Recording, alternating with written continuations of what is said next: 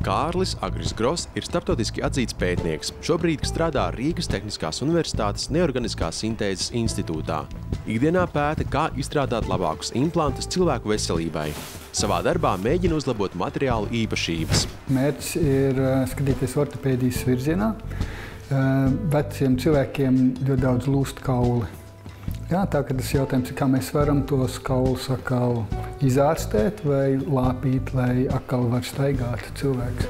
Zinātnieks pētot sapratis, cik svarīga kristālu sakārtotība, lai izgatavotais materiāls sniegtu vislabākās īpašības.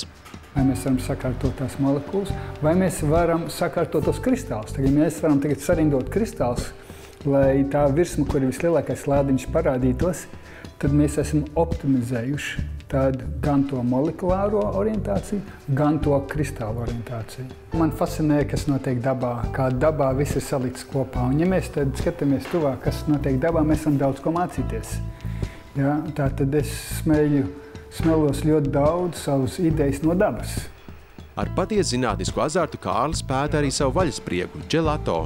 Itālijā izgājis tā pagatavošanas kursus un izveidoja savu gelato laboratoriju. Es skatos, kur citur tie kristāli ir tik ļoti būtiski, un tad gelato izstrādājumā tie kristāli ir ļoti svarīgi. Ja tie pa daudz lieli, tad tā garša vairs nav, tad ir miltēna garša, tā garša sajūta nav.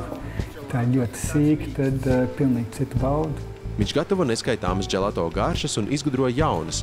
Dara to ar zinātnieka precizitāti. Kārlis iecerējis pat savu izpētes grupu, kas varētu uzlabot gelato kvalitāti. Sapņo, ka Latvija varētu kļūt par pirmo vietu, kas no materiāla zinātnes viedokļa pētītu gelato struktūru. Gross dzimis un audzis Austrālijā. Gaidījis, ka Latvija kļūs neatkarīga. Ticēja, ka ar savu pieredzi un zināšanām reiz varēs strādāt un palīdzēt Latvijai. Iepazinis sievu Zani, abi kopā audzina 2 dēlus. Pēc darba prestižās universitātēs 2008. gadā izvēlējies turpināt savu profesionālo darbību Latvijā.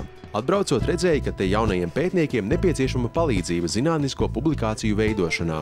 Tā kā viņš ir rakstījis tādu pieredzi Latvijā, doktorantiem principā nevar būt, un doktorantu vadītājiem arī ļoti reti. Turklāt cilvēks vēl atrod laiku par to stāstīt citiem, zinot, ka viņš nekļūst par līdzautoru viņa rakstījumiem.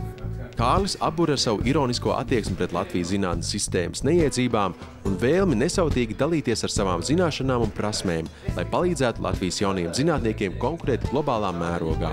Es redzēju, ka cilvēki rakstīja atskaites, un tas man sagādāja lielas bažas.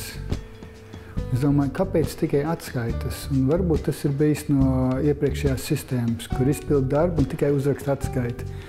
Bet neuzraksta to zinātnisko rakstu, nedod citiem iespēju mācīties. Viņš droši vien galvā var uzburt, kā Latvijas zinātne varētu darboties, ja nebūtu šo, 50 gadu seku.